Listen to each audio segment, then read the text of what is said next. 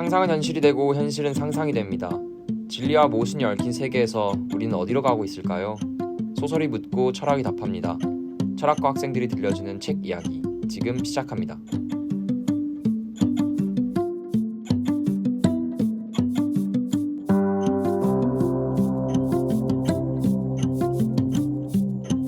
안녕하세요. 저는 차준한이고요. 저는 박지민입니다. 오늘은 유독 기분이 좋네요, 지민 씨. 아니 이제 방학입니다. 저는 종강을 했어요. 지민 씨는? 이게 저는 제가 워낙 워커홀릭이다 보니까 쭉 달리고 있습니다. 원래 멈췄다가 다시 달리면 힘든 거 아시죠? 맞죠. 지민 씨는 또 유명한 워커홀릭이시잖아요. 근데 제가 지민 씨를 조롱하려는 의도는 아니었고요. 그냥 이제 벌써 한 해 절반이 지나갔다 이런 말을 하고 싶었던 겁니다. 근데 의도가 불순한 것 같긴 하지만 벌써 한 해 절반이 지나갔단 말에는 정말 동의합니다. 시간이 너무 빨리 가는 것 같아요. 그러니까요. 멘트가 좀 짧으시네요.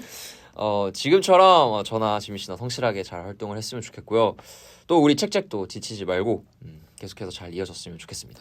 제가 지칠 일은 없을 것 같고 준한 씨가 저만 잘 따라오시면 저희 오래 할 수 있을 것 같습니다. 그러게나 말입니다. 이 영상을 시청하고 계신 여러분들도 모두들 아자아자 힘냅시다. 그럼 준한 씨가 이번에 저희가 가본 책방 먼저 한번 소개해 주시죠. 이번 책방은 저희가 보자마자 운명처럼 이끌려서 들어갔잖아요. 맞아요. 진짜 깜짝 놀랐죠. 아니 저희 프로그램 이름이 책이잖아요. 근데 이 책방 이름도 책인 거예요. 그래서 보자마자 그냥 하고 뒤도 안 돌아보고 돌진했던 그런 기억이 납니다. 괜히 더 반가웠어요. 맞죠. 이거 이름을 누가 먼저 썼는지 참 따져봐야 될 것 같긴 한데 는 장난이고요. 저희는 이제 체크를 영어 체크를 쓰는데 이 책방은 한자로 책을 쓰고 있더라고요. 그래서 좀 더 반갑고 오히려 좀 더 재밌게 책을 구경했던 것 같습니다. 네, 그리고 서점 외관도 멋있어서 저희가 책을 사고 나와서 앞에서 준한 씨가 또 사진을 한 1000장 정도 찍었잖아요. 저희가 비록 책을 산 손님이었음에도 불구하고 눈치가 좀 보였습니다. 그 정도는 아니었고요, 지민 씨. 또 지민 씨도 같이 찍으셨잖아요. 그때 싫은 척하면서 또 카메라 대니까 바로 자세 잡고 이러고 하셨잖아요. 준한 씨가 포즈를 잡아보라고 하셨는데 안 잡으면 안 끝날 것 같아서 포즈 한번 잡아봤습니다. 저는 또 이제 예쁜 공간에 좋은 사람이 있어서 담아드리려고 한 건데. 그래서 저희가 어떤 책을 골랐죠 이번에? 네, 저희가 이번에는 이 책방에서 박완서 작가님의 그 산이 정말 거기 있었을까를 가져왔습니다. 서점에는 여러 섹션별로 다양한 책들이 분류되어 있었는데요. 그중에 이 책이 가장 눈에 띄었어요. 이게 표지가 화려하기도 했고 또 박완서 작가님은 학창시절부터 저희가 좀 익숙한 그런 느낌이라서 더욱 눈길이 갔던 것 같습니다. 박완서 작가님 하면 저희가 또 자전거 도둑으로 잘 알고 있는 분이죠. 저희가 초등학교 때 다 한 번쯤은 읽어봤기 때문에 정말 모를 수가 없는 분이라고 생각합니다. 익숙한 작가님의 이름, 뭔가 묘하게 궁금하게 만드는 제목 덕에 이 책이 좀 끌렸던 것 같아요. 이 책은 한국전쟁을 배경으로 하는 자전적 소설이라고 하는데요. 준한 씨가 줄거리 먼저 한번 소개해 주시죠. 좋습니다. 이 책은 다리에 총상을 입은 오빠가 올케의 치료를 받는 장면으로 시작합니다. 주인공의 가족은 걸음을 옮길 수 없는 오빠 때문에 중공군이 남하에 들어오는 상황에도 피난길에 오르지 못하고 적치하에 숨어 지내야 했습니다. 거의 완벽하게 텅 빈 서울에서 이 가족은 공산당 치하에 갇히게 되고 주인공 나는 이웃집을 뒤져가며 식량을 마련해야 하는 참담함을 감수해야 했죠. 그러던 어느 날 그녀는 인민이에 발각되었고 인민이 사무실에서 일하게 됩니다. 밥은 잘 챙겨 먹을 수 있었기에 적응하며 보내고 있었는데 한겨울을 지낸 몇 달 후 인민군이 후퇴하면서 올케와 함께 월북을 강요당하게 됩니다. 두 여인은 어쩔 수 없이 북행길에 나섰지만 임진 강가에 다다랐을 즈음 감시가 느슨한 문산의 한 시골로 슬그머니 빠져나왔고 다시 남행하여 서울로 돌아옵니다. 돌아온 서울 도남동 집에서 다시 가족과 만나게 되는데요. 이때는 숙부네도 함께 살게 됩니다. 어느 날 그녀는 부역 혐의로 조사를 받게 되는데 위험한 순간이었지만 그녀의 앙칼진 학위에 면속되어 이번에는 향토방위대 사무원으로 일하게 됩니다. 하지만 안심은 금물, 남북군의 전투가 여전히 진행되고 또 다시 전선이 이동하면서 서울 철수령이 내려집니다. 방위대는 후퇴하여 남하해야 했고 그녀도 온양까지 내려가게 되지만 그곳에서 방위대는 해산하게 됩니다. 그녀는 함께했던 근숙 언니와 또다시 서울로 올라가게 되죠.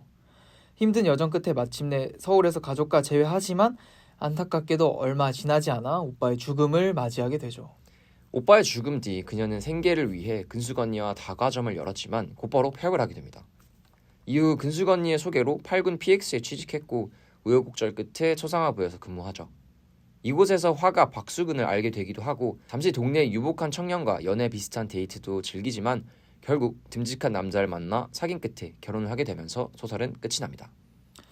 네, 저희가 저번에도 한국의 근현대사를 다룬 소설을 소개한 적이 있었는데 그 산이 정말 거기 있었을까 역시 한국 근현대사를 배경으로 하는 소설이었습니다. 저는 원래 저번에도 한번 말씀드렸는데 근현대사를 배경으로 한 소설을 막 그렇게 즐겨 읽지는 않았어요. 그런데 읽다 보니까 오히려 더 재밌다는 그런 느낌을 좀 많이 받았습니다. 더 몰입이 되는 느낌이랄까요? 책을 읽으면서 실화를 바탕으로 한 소설이라는 걸 전 사실 몰랐습니다. 지난번에도 그런 적이 있긴 한데 상황이나 심리를 묘사하는 부분들이 굉장히 사실적이더라고요. 그런 부분이 흥미로웠는데 박완서 작가님의 실제 배경을 소재로 하고 있다는 걸 알고 보니 저는 좀 더 몰입해서 읽었던 것 같습니다.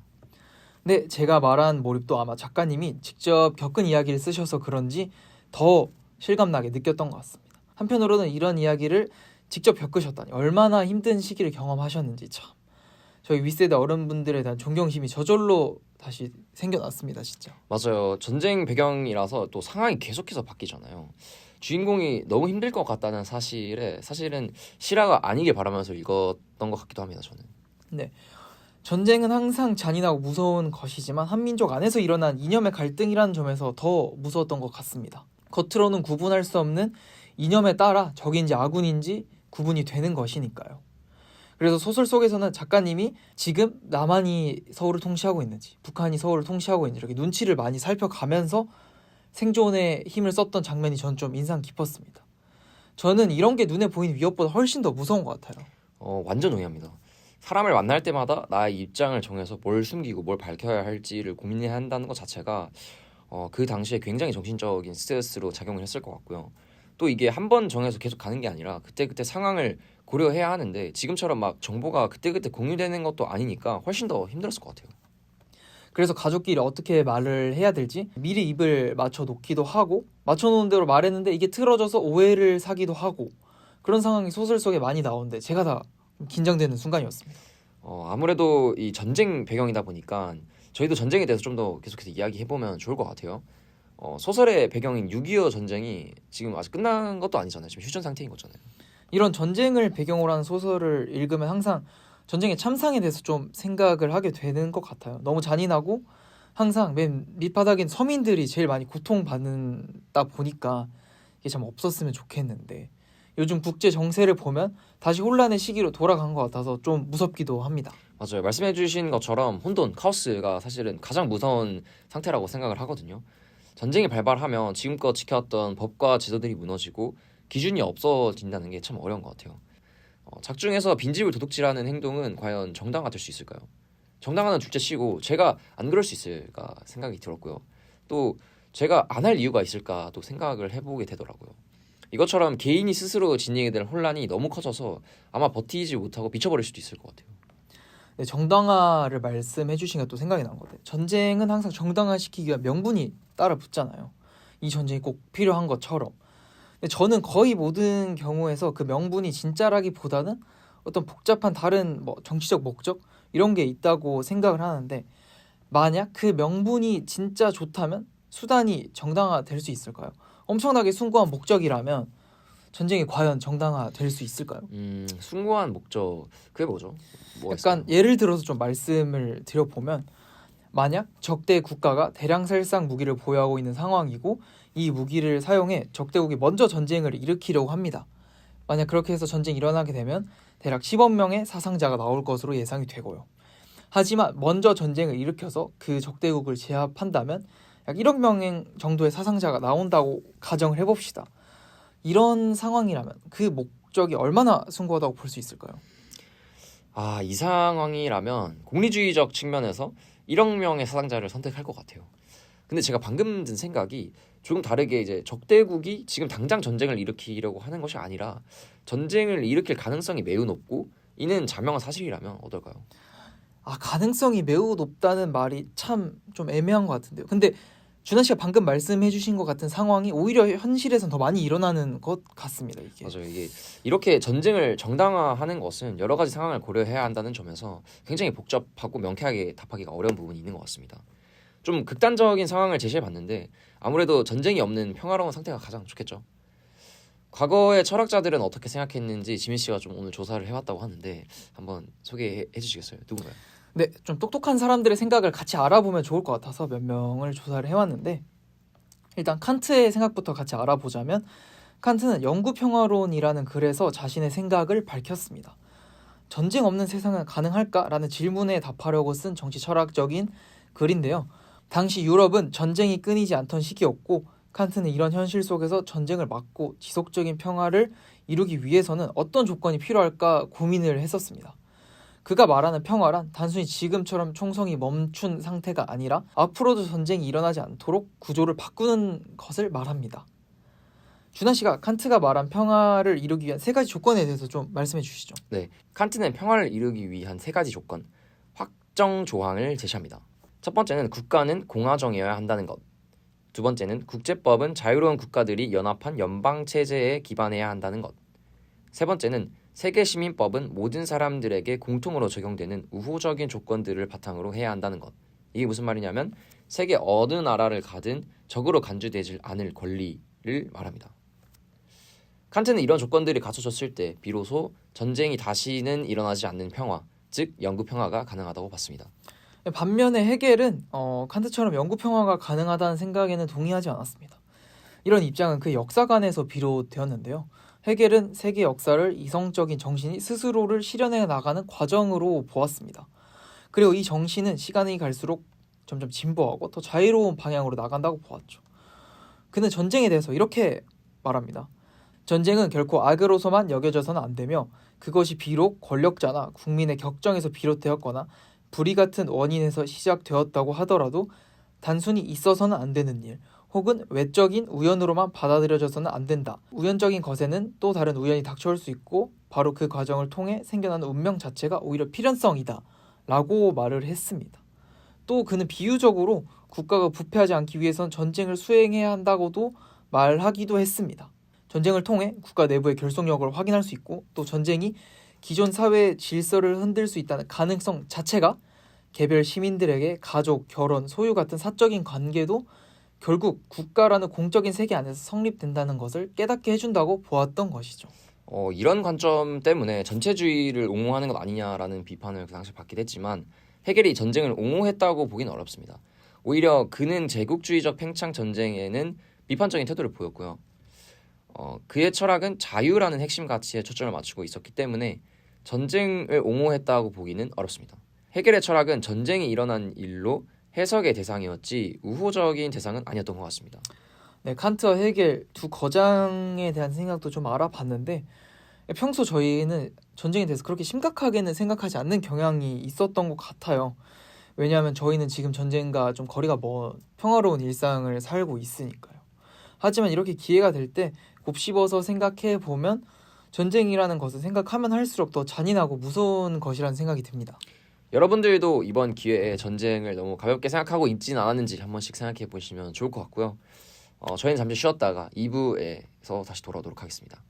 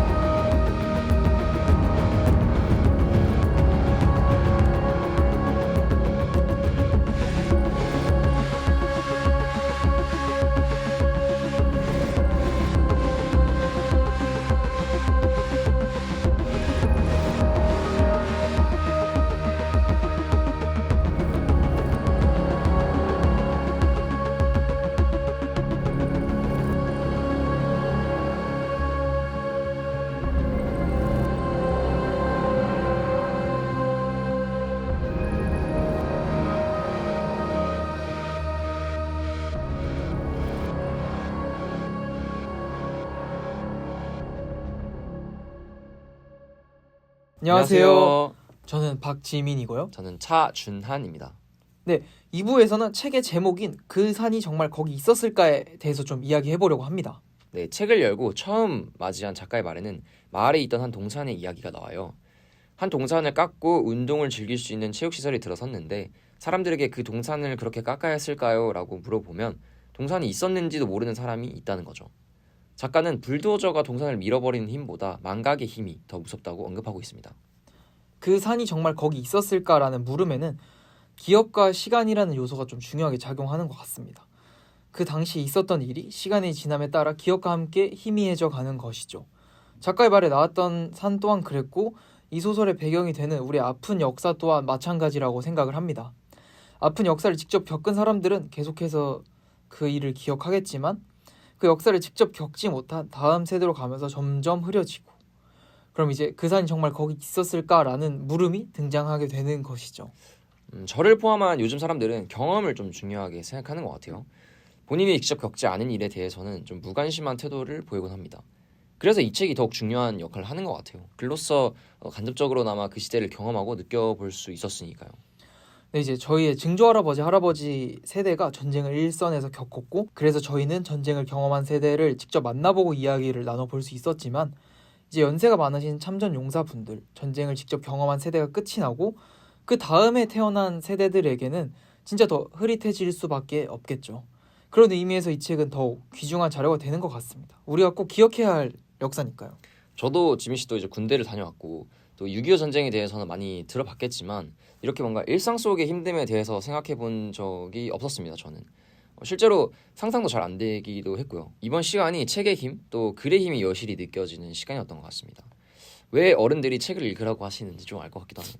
근데 준한 씨도 그래도 이제 나름 어른이니까 뭐 그런 말을 이해하는 걸지도 모르겠네요. 그런데 저희가 지금까지 했던 말들은 저희 세대, 약간 저희 둘의 입장으로 책의 제목을 해석해 봤는데 근데 진짜 작가님의 입장, 그 시대를 직접 겪은 사람들의 입장은 또 다를 수도 있을 것 같아요, 살짝.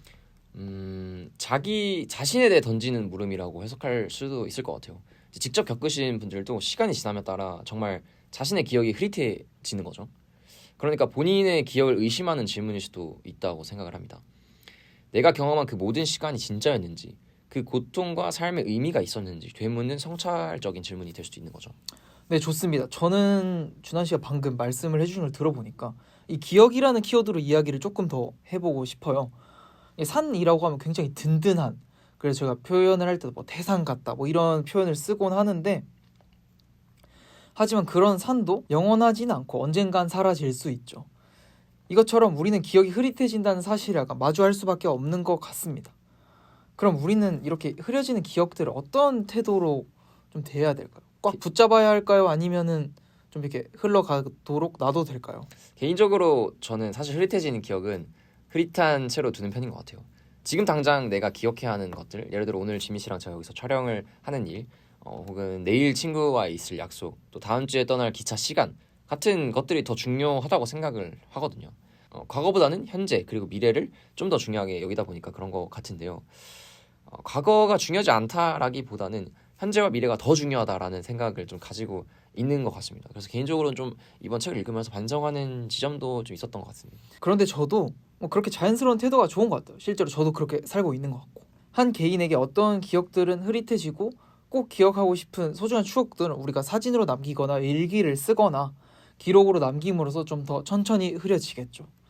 그래서 국가적인 기념일, 메모리얼 데이가 저는 우리의 흐려지는 기억에 대한 좋은 장치가 되는 것 같다고 좀 생각을 합니다. 개인이 삶에서 소중히 간직할 수 있는 기억은 한계가 있으니까 사회적, 국가적인 관점에서 기억이 흐려지지 않도록 잘 보관하는 것이죠. 마치 우리가 일기를 쓰거나 사진을 찍어 놓는 것처럼 국가에서 이제 기념일로 일기를 쓰거나 사진을 찍는다고 저는 생각을 합니다. 지민 씨 진짜 감동적인 말 해주신 것 같아요. 근데 아까는 무슨 저보고 사진 찍는 거로 되게 뭐라 하셨잖아요. 사진은 좋으셨던 거죠. 아니 사진은 근데 두세 장 정도면 충분한 것 같습니다. 준한 씨처럼 1000장까지는 안 찍어도 될 것 같아요. 결국 남는 건 사진과 글뿐입니다. 오늘 이렇게 박한서 작가님의 그 산이 정말 거기 있었을까를 함께 읽고 이야기를 나눠봤는데요. 지민 씨는 오늘 어떠셨나요?